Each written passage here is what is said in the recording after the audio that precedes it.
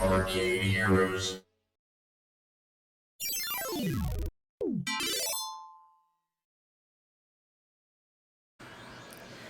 Business has been rough enough that we're starting to see a lot of chatter in the arcade industry on the subject.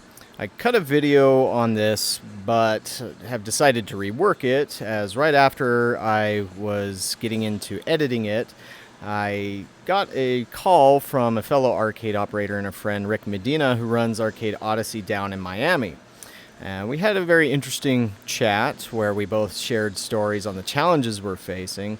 But in that call, Rick mentioned that he's noticed a downward economic trend that started in February 2023 and has continued ever since. Now, while this is anecdotal, I've been hearing this same song from several operators. This includes a local bar arcade operator, another arcade op like me over in Maine, and then another local route operator that I work with on a weekly basis. For the latter, he also saw that his business started dropping in February 2023, and the numbers just haven't been where they've expected them to be. Now, all this is enough that we've started to see some economic surveys from within the industry ask how is business compared to the same time last year. All of the results I've seen from this survey in the August 2024 issue of Replay magazine to an operator survey done among the Roller Skate Association. Roller rinks tend to employ arcade operators for their game rooms, although it was only 60 operators that they polled. Across both surveys, the results are very close, very similar. A majority are seeing their business down. Now, on my own stats, this year I've seen some uneven declines, but declines nonetheless.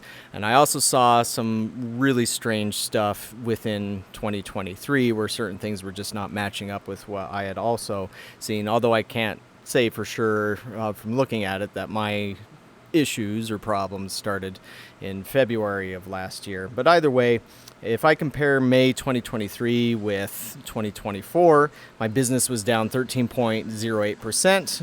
July, however, was not much of a difference. June. This June was down 1.6% compared to last year. But then last month in July, I saw the most drastic difference where we were down 23.7%. And so far, well, I'm recording this in the middle of August, but August isn't doing all that great either. Now, the most shocking stat of all wasn't that negative 23%. It was actually from November 2023, where even in an off year, like say 2020, November still does fine. November's always one of my top months of the year, but for some reason in November 2023, and for the first time in my company history, which has been in business since 2008, so 16 years, it was the lowest performing month of the entire year. Now, I'm still at a loss to explain why that is, why it was that with Black Friday and Christmas shopping beginning that we saw such a precipitous decline. The December following that was not so bad, but it also wasn't one of our greatest Decembers either, even though, generally speaking, December's always our best month of the year. Even though we don't have anything to sell for Christmas, we still get to benefit from all the foot traffic that's in the mall where I'm located. So, with school in session now, that's where I'm expecting things to continue their downward trend. Normally speaking, summer is one of the peaks of the year, and then it goes down as school starts, and then it will crawl back up as we get into the holiday seasons at the end of the year. Now, in the business news media, they're constantly talking about expectations. What do economists expect? What do investors expect from reports that are coming up that gives them kind of a look at what the economy is or which direction it's headed? But generally, a lot of that focuses on these larger numbers or the tycoons of Wall Street and what their expectations are. What I'm talking about here is the expectation of us little fries on Main Street, where we aren't operating multi-million-dollar operations. And what these operators I've been talking with have confirmed the same thing that I've seen since last year, that business is down. For us, we're in a recession, and things haven't been getting better yet. right before we shift gears into what we can do about it and a quick economic primer, business needs a positive cash flow to survive and to thrive. If your cash flow is much more positive than what your bottom line is from all the costs that you have, then that's where you can be in the thrival stage. But if you're just barely making it, then that's where you're just trying to survive and get by. For myself and these other operators, that's exactly the state that we've been in for quite a while. Now, there are situations where you can keep a business going with a negative cash flow, but that usually requires backup revenues. For example, let's say you already are a multimillionaire and you generate cash through real estate or some other business venture that is making enough to help your fledgling adventure. Then you can finance your own failing business with the money you're making until things get better for it. But for small businesses like ours, that usually isn't the case, so we aren't able to keep it going for years on a negative trend. It's usually months or weeks that we could withstand such a situation. So the question to ask is, what do you do when you're in a situation like this and you're facing declining revenues? Alright, so what I'm going to focus on here are things that I have control over. I don't have any control over, say, national energy policy and what can be done to reduce electrical costs, or I can't really do anything about reducing inflation and all that stuff. So I want to focus on the practical things that I can do as a small business owner with a very limited budget, especially in these times where my cash flow is just not there or it's not there where I'd like it to be able to cleverly market my business out there. And so one of the first things that I can do is identify games that need to be sold off. Now that can be poor earners, but I also have an area in the back of my arcade where I have several game cabinets that are just literally sitting there collecting dust, and they're not doing me any good. Now, of course, there are a few of them that I'd like to fix up, but they've generally had issues that are very difficult to figure out or very expensive to figure out. One example is Hot Racers by Sega. That game performed fantastically well when it worked, but it didn't take long for one piece after another to just cascade into almost the entire game being broken. Like, the thing doesn't power on, neither of the monitors works, one of the controls is broken, and so it feels like I have to replace most of the thing. And the two monitors, that's extremely expensive to replace, and even just doing one monitor is going to be pricey. I already tried looking into mounting a monitor in there, and just because of the fiberglass cabinet, there's nowhere where I can really do that. No way to easily do that without causing some damage to the cabinet. But there are a few things in there that I can use to help my bank account kind of catch up or create some better padding there, as well as hopefully paying down some debt.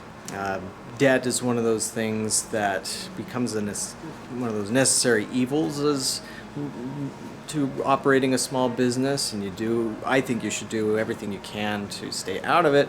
But when it came to operating a second location and staying afloat in some regard, I mean, I don't like getting into debt to stay afloat. Like, I wouldn't get into debt to do payroll because that quickly death spirals.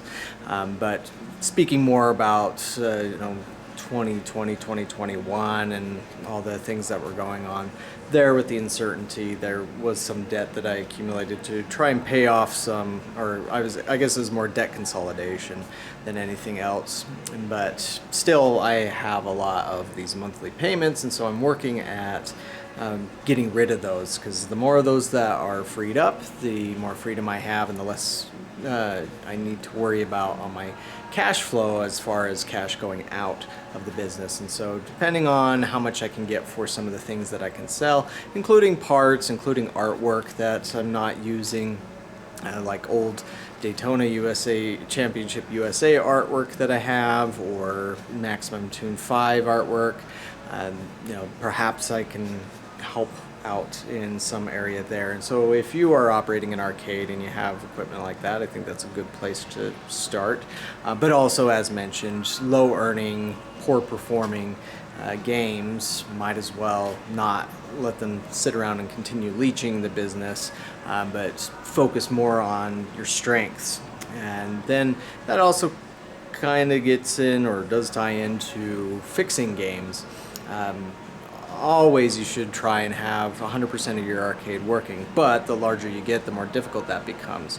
Now in this replay magazine, where it's asking other operators what challenges they face, one of the first complaints is finding good technicians. Now, I'm not going to be hiring a technician, so I'm not going to be spending extra expense there.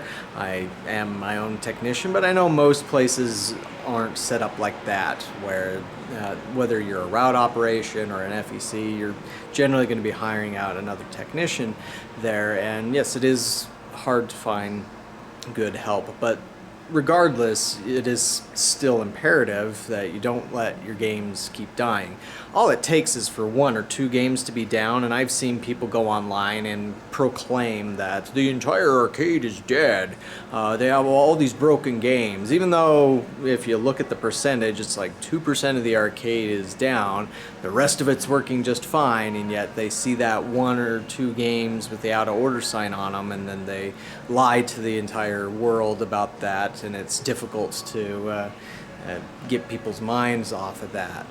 And so again, it's tough because it seems like when it rains it pours, as the saying goes, where when one thing breaks, then another thing seems to break very soon after that, and they keep being expensive breaks. The hot racers has been down for a while, but just a few weeks ago the LED lights went out in my Walking Dead monitor. That's been one of my stronger earning games. And so I'm actually going to be replacing that monitor tomorrow, but I can't replace it with something that's from the industry, an open frame monitor, because the price on it is absolutely outrageous. They want almost $2,000 for one of those things. In looking at different parts, arcade parts companies. Now, of course, this is another one of those places where I can't really change things like inflation, but obviously the costs on stuff like monitors has absolutely skyrocketed. I mean, they used to be maybe about $800-900, which was still pricey. You know, you go to Costco and you're like, wow, I could buy quite the TV for that. But at this point, you know, them wanting almost $2,000 for a Walking Dead monitor, it's just out of the question. I just don't, I should not be spending that money to get a game back up that will take a few months to make that money back. What makes much more sense is just for me to go over to aforementioned Costco, get a 55-inch screen, yank out the existing monitor and put that new TV in. Samsung is generally considered one of the better ones to be using because those will turn themselves on. You don't need to go with the remote and turn it on or go physically push a button to get it on. They work kind of like a PC monitor in that regard, and I've had to do that with one of my other Cruise and Blasts that died. Yes, I could pull this monitor out and do that whole LED replacement thing that I did before with Cruise and Blast, but I'm not necessarily looking at doing another 4-hour thing like that, even though it'd probably save me a couple $100 over getting a 55-inch Samsung TV. Regardless, got to keep your games working, got to keep them fixed as best you can, as that will also help when it comes to things like this. Next up for me, but this is very specific to my situation, is getting an air hockey table. So I did have an air hockey table at the beginning of the year and ended up selling it, as I had an operator that I worked closely with and he was in need of one, and ours was old and kind of on, but it was feeling like its last legs for us. I mean, it was still operating fine, just lots of scratches and wasn't getting played quite as much as it used to, but it still brought in a decent income every month, and so I know that's part of what's hurt us a little bit there, and so that's something that I've wanted to do. It's probably where I'm going to have to sell some things off and take that money and put it into getting something like an air hockey table again. But another thing that I've been wanting to do, but I just definitely don't have the money for this. I mean, if I can't afford an air hockey table, then a card system is still very much out of the question. But I still am actively wanting to get a card system, that's going to require me to pay down more of those debts that I mentioned previously. And there's also the specter of, claw machines and whatnot. I mean, I really don't want to become one of those places that's just like the round one claw section where it's just nothing but claws or anything. But maybe adding one more or something like the Skill Fall Revolution that Sega has is a little interesting. That sort of thing might work okay because people are dumping money into those sorts of things these days. And so that, I guess, is kind of the ground that I give on any sort of redemption. I'm sure some might be screaming at me on the other side of the monitor there is you should be going all redemption, stop with this nonsense of sticking with video games and such. But it would require a massive investment to swap my arcade over and become like everybody else out there. Again, I do have a big competitor just down the hall that I just can't compete with on a budget basis, and so they already have a bunch of redemption there. It's like, sure, I could find things that they don't have and invest in that, but again, it would require quite a change, and it would require a lot of money that I don't have. Whereas I could take that money, investing it into an air hockey table and a card system, and that would do probably just as much for my bottom line. I mean, I tried to get this across to people, but within the industry. But people do play video games. They play pinball machines when they're not being distracted by prizes, and so this stuff does get played. And even though I have a couple of prize merchandisers here from some operators, they're not actually making more than like my maximum Tune 5 is. And so I know that's not the case in most of the country or most of the world where prize merchandisers are making a killing, but in my situation, which is unusual, that's what I see. And so like I said, it's just kind of dependent on what you're offering there. But am I still open to doing something like that? Yeah, but again, that requires some investment, which is hard to have when your cash flow is tough. And then what else I can do, since I don't have food and beverage, that's something in the replay article that they mention is offering good deals with food and beverage and such. Of course, that's a big challenge in itself, where inflation has hit food costs quite hard. And so, I don't know how you would manage all that since I've not run a restaurant.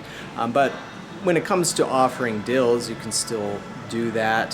When it comes to marketing, there's plenty of free avenues with social media that you can do. I may be considering doing some paid advertising, which I haven't done in a while, targeted advertising either through YouTube or Facebook or Instagram or something along those lines, and see if that gets me anywhere. I mean, in the past, I have done Facebook ads and I've just not found them to be very effective. What I found more effective than anything else is Groupons, and there's something around here called Get Out Pass. I'm not sure how common that is, but basically coupon type apps where you're offering a little deal for people to bring them out. But interestingly enough, I found that Get Out Pass actually seems to generate a bit more revenue for us than the Groupons do, and so it's interesting how that seems to work. But doing other things, whether it's being consistent and constant in my social media marketing, I do need to improve on some things like that. I'm also working with Dustin Wilcox, which some of you might know from Wilcox Arcade. He's making a TV commercial for my arcade, and so and he's doing it for a great price, and so I'll be able to use that and promote it on YouTube and hopefully drive people to the location as well. And then combine that with tournaments. I'm standing in front of a bunch of pinball machines, and this is one of the best tournament items that I have. We've had more tournaments on this than we've ever had on all of our video games, and so fortunately with these it's relatively easy to set them up. It's just I've always had to rely on people within the pinball community to do that, and they organize it and they invite people and bring them out, and I just basically provide a place for them to play. But I still can be proactive and be like, hey, do you guys want to do a tournament here? Of course, they already have a lot of things scheduled in advance, and so oftentimes if they're competing too much, or say their money's a little tight, then they might not be able to do that. But I can also still consider doing tournaments on video games.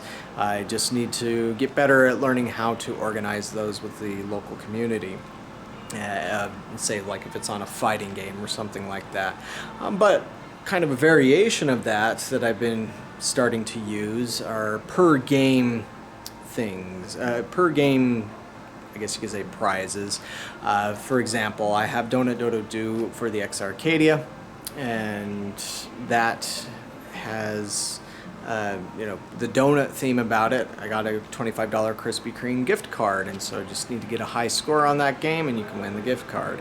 With Asteroids Recharged, which I'm testing, there's comic books for that, and so I do need to get a software update on that, but once I'm able to do so, then I can also run tournaments through the Major League Esports app that it comes with, and then find ways to like give away comic books, or maybe something like an Asteroids cartridge or game, something along those lines, to get people to play maybe more of the game itself.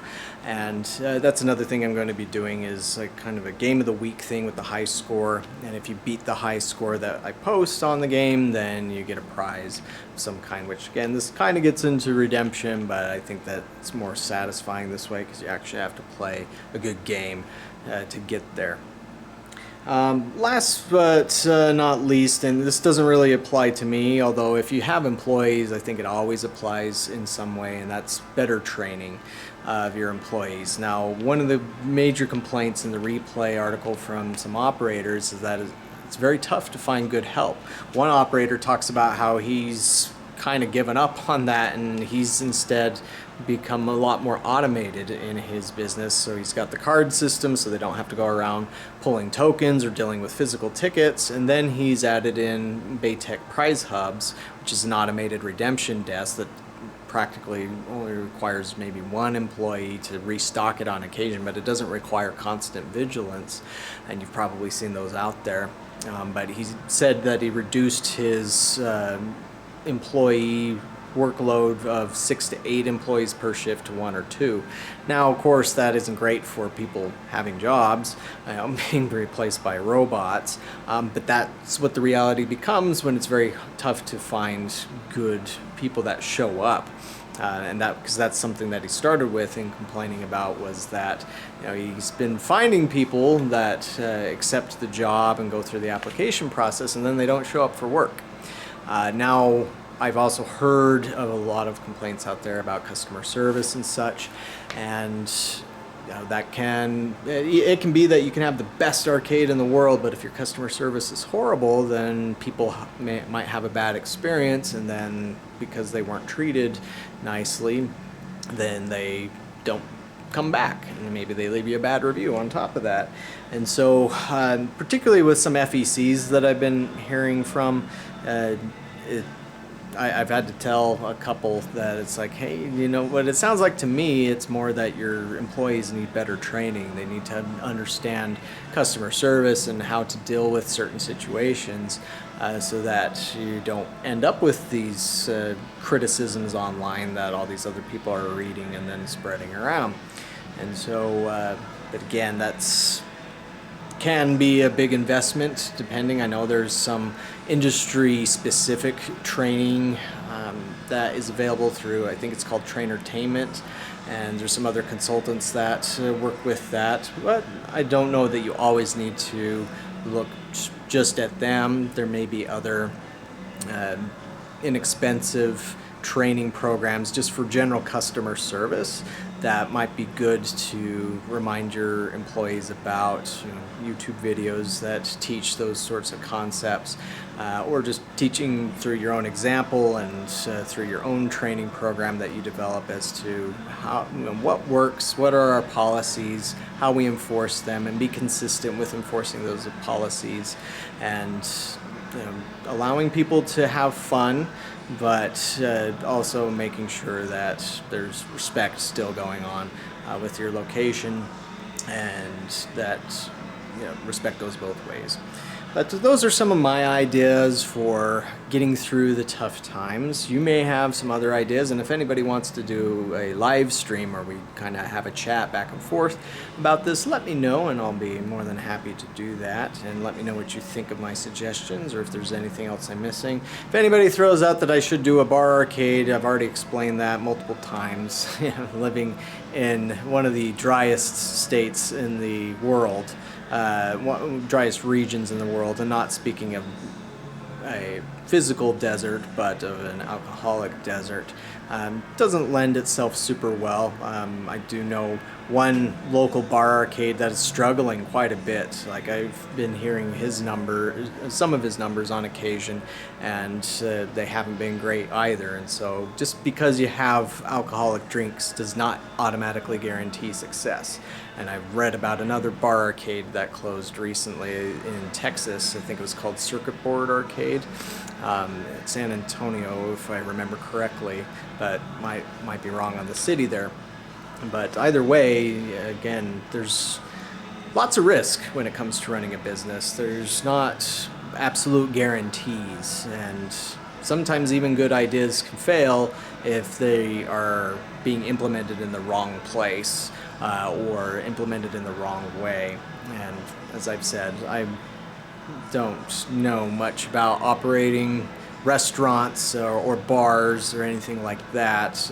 My forte has been more the arcade operations business, and so that's where I'm much more comfortable at. And while I could get up to speed on restaurant touring, that would require more time and money on my part to be able to get there, and right now I need to find ways that are affordable to get back to a much more comfortably positive cash flow than what I've been seeing.